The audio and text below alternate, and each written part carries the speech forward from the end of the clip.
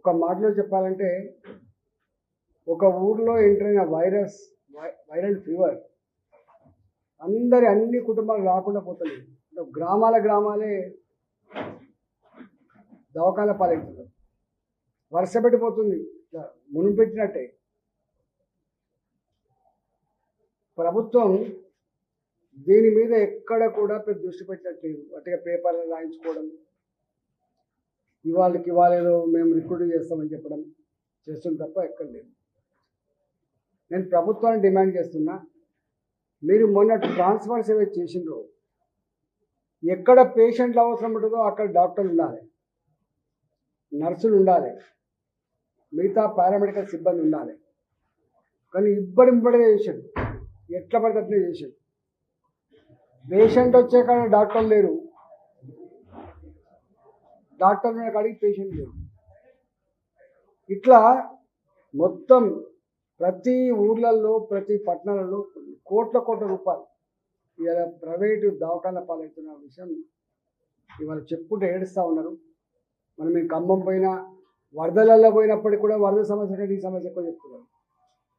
మేము ములుకు పోయినా లేకపోతే మహబాద్ పోయినా కూడా వరద సమస్య కంటే ఎక్కువ ఈ సమస్య చెప్తున్నారు. మేము మొన్న పట్టణంలో చెరువుల పక్కకున్న ఇల్లు కూలగొడుతున్నారు, చెరువులు నిండిపోయి మొత్తం కాళ్ళు నీళ్ళు వస్తున్నాయని చెప్పిపోతే కూడా ఇదే సమస్య చెప్తున్నారు. నేను ఒకటే ప్రభుత్వానికి విజ్ఞప్తి చేస్తున్నా, మీనమేషాలు లెక్క పెట్టకుండా ఈ డిపార్ట్మెంట్ 24/7 365 days పనిచేస్తే తప్ప ఈ డిపార్ట్మెంట్ నడవదు. కానీ ఎక్కడ కమిట్మెంట్ ఉన్నటువంటి పనిచేయాలని తపన ఉన్నటువంటి వాళ్ళు ఉన్నట్టుగా కనపడతలేదు. మొత్తం అస్తవ్యస్తం అయిపోయింది. కానీ మీరు ట్రాన్స్ఫర్ చేసుకున్నారు, అది మీ విధానపరమైన అది కానీ మాకు సంబంధం లేదు. కానీ ఎక్కడో కాడ సమీక్ష జరగాల్సిన అక్కడైతే ఉన్నది. మందులు ప్రొవైడ్ చేసే అక్కడ ఉన్నది. అవసరమైతే ముఖ్యమంత్రి గారు చెప్పిండ్రు, ప్రతి నిత్యం నా బంగ్లాలోనే అందుబాటులో ఉంటా, ఎవరికి ఏ అవసరమన్నా కూడా మేము పరిష్కరిస్తామని చెప్పిండ్రు. ముఖ్యమంత్రి గారు అందుబాటులో ఉండరు. సీఎం రిలీఫ్ ఫండ్ కూడా చక్కగా లేవు, కొన్ని ప్రొసీజర్స్కి ఏమో ఉండవు, కొన్ని దవాఖానలకు ఏమో ఉండవు, ఉన్నవాటికి కూడా చక్కగా ఇచ్చే పరిస్థితి చేస్తున్నా.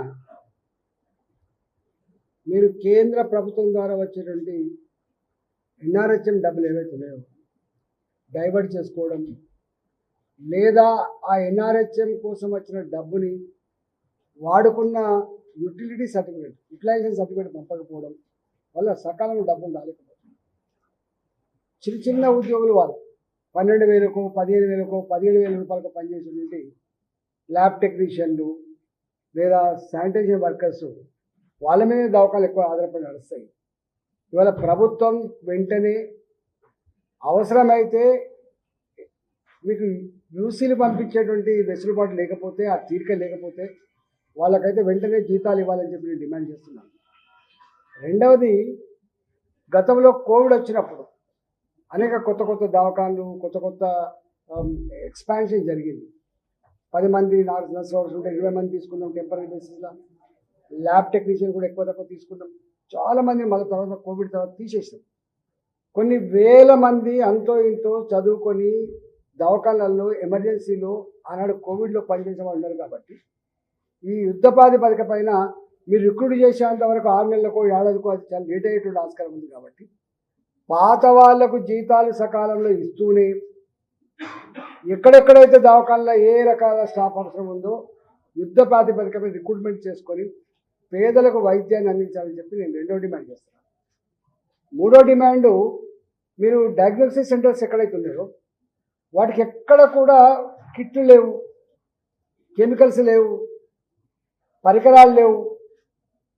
అవి దానివల్ల డిటెక్షన్లో లోపం జరగడం వల్ల, లేట్ కావడం వల్ల ఇవాళ డిసీజ్ క్యూర్ అయ్యేటువంటి పరిస్థితి లేకుండా అది సీరియస్ అయ్యేటువంటి ప్రమాదం ఉంది. కాబట్టి దాని ద్వారా మనుషులు చచ్చిపోయే ప్రమాదం ఉంది. కాబట్టి అంటే ఎర్లీ డిటెక్షన్ అనేది చాలా ఇంపార్టెంట్ ఆస్పెక్ట్. కాబట్టి ఎర్లీ డిటెక్షన్ కోసం ల్యాబ్లను కూడా తక్షణమే వాళ్ళకి ఏం గ్యాప్లు ఉన్నాయో, ఏం ల్యాబ్సెస్ ఉన్నాయో ప్రొవైడ్ చేయాలని చెప్పి కోరుతున్నాను. నాలుగవది, ఇలా గొప్పగా ఇవాళ చూసిన మెడికల్ కాలేజెస్ సీట్లు వచ్చినాయి.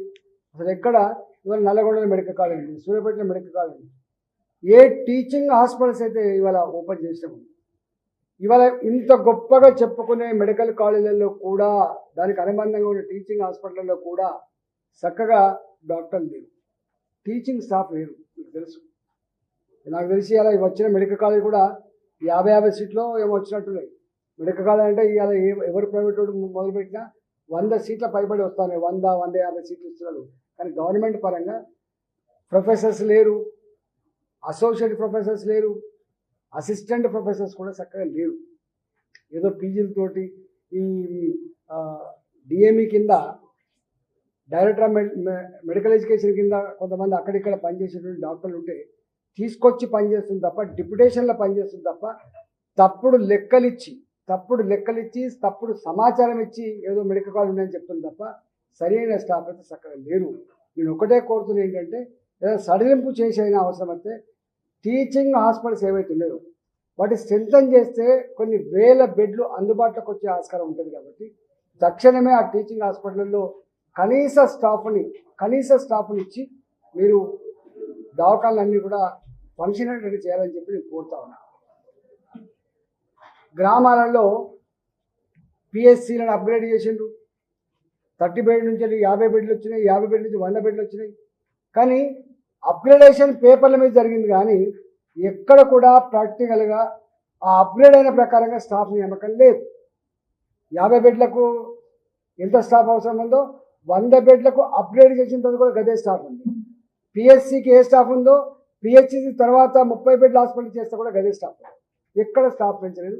నేను కోరుతున్నా, గతంలో ఉన్న ప్రభుత్వం అప్గ్రేడ్ చేసిపోయింది, కానీ ఎక్కడ స్టాఫ్ అలొకేషన్ చక్కగా చేయలేదు. కాబట్టి మీరు తక్షణమే ఈ స్టాఫ్ అలొకేషన్ కోసం టెంపరీ బేస్ మీరు రిక్రూట్మెంట్ తయారు చేసుకోండి, కానీ టెంపరీ బేసిస్లో ఈ హాస్పిటల్ అన్నీ కూడా ఆ బెడ్లన్నీ అందుబాటులో వచ్చినట్టుగా ఆ కెపాసిటీ ప్రజలకు ఉపయోగపడేలా చేయాలని చెప్పి నేను కోరుతా ఉన్నాను. లేకపోతే ఇవాళ ఏ ప్రైవేట్ అన్ని కిటకిటలు ఆడుతూ ఉన్నాయి. ఇవాళ పేపర్ కూడా రాసి ఉంది, అన్ని దవాఖానలన్నీ కూడా కిటకిటలు ఆడుతూ ఉన్నాయి. ఏ ఇంటికి పోయినా పేషెంట్లు ఇలా పేషెంట్ల వాసన వస్తూ ఉంది. కాబట్టి ఇంత గంభీరమైన పరిస్థితుల్లో ఇవాళ అనేక మంది హెచ్చరికలు చేసిండు. ఇంత కంటిన్యూస్గా వర్షాలు పడడం వల్ల చాలా రకాల సమస్యలు వచ్చే ఆస్కారం ఉందని చెప్తాను. బ్లీచింగ్ పౌడర్ లేదని చెప్తున్నారు, మినిమం శానిటేషన్ లేదు. ఇవాళ మిషన్ భగీరథలో వచ్చే నీళ్లు కూడా చక్కగా వస్తలేవని భయపడతా ఉన్నారు. ఆ నీళ్లు కూడా పొల్యూట్ అయ్యి వస్తున్నాయని చెప్తా ఉన్నారు. కాబట్టి దయచేసి ప్రభుత్వం ఇలా అన్నిట్ల రాజకీయాలు మాట్లాడడం తప్ప ప్రజల సమస్యలు కానీ ప్రజల ఆరోగ్యం కానీ ఎక్కడ కూడా పట్టించుకునే దాఖలు లేవు. కాబట్టి ప్రభుత్వం వెంటనే దృష్టి పెట్టాలని చెప్పి మేము డిమాండ్ చేస్తున్నాం. లేకపోతే అనేక రకాల సమస్య వచ్చే ఆస్కారం ఉందని చెప్పి ప్రభుత్వాన్ని హెచ్చరిస్తుంది.